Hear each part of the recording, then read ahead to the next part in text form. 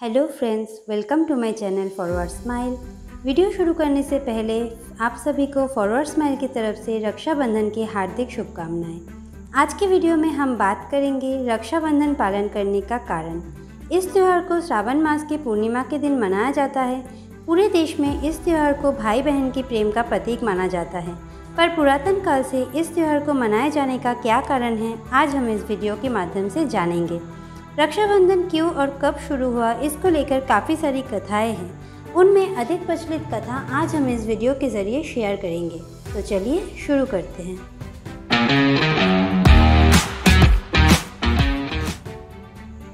ये कथा महाभारत काल से जुड़ी हुई है। भगवान श्री कृष्ण ने शिशुपाल की माता को वचन दिया था कि वो शिशुपाल को उसकी 100 गलती तक माफ़ करेंगे, पर 100 गलतियाँ पूरे होते ही वो शिशुपाल को सज़ा देंगे। बड़ा होकर शिशुपाल बहुत ज़्यादा भगवान श्री कृष्ण का निंदा करने लगा और एक दिन बड़ी राजसभा में उसने निंदा करते करते अपनी 100 गलतियों की सीमा को पार कर दी। उसी वक्त भगवान श्री कृष्ण ने अपनी सुदर्शन चक्र से उसका वध कर दिया। उस समय सुदर्शन चक्र से भगवान श्री कृष्ण की उंगली भी कट गई।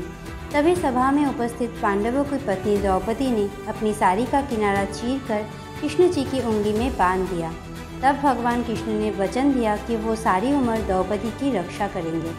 इसी ऋण को चुकाने के लिए द्रौपदी का चीरहरण के समय भगवान कृष्ण ने उनकी रक्षा की।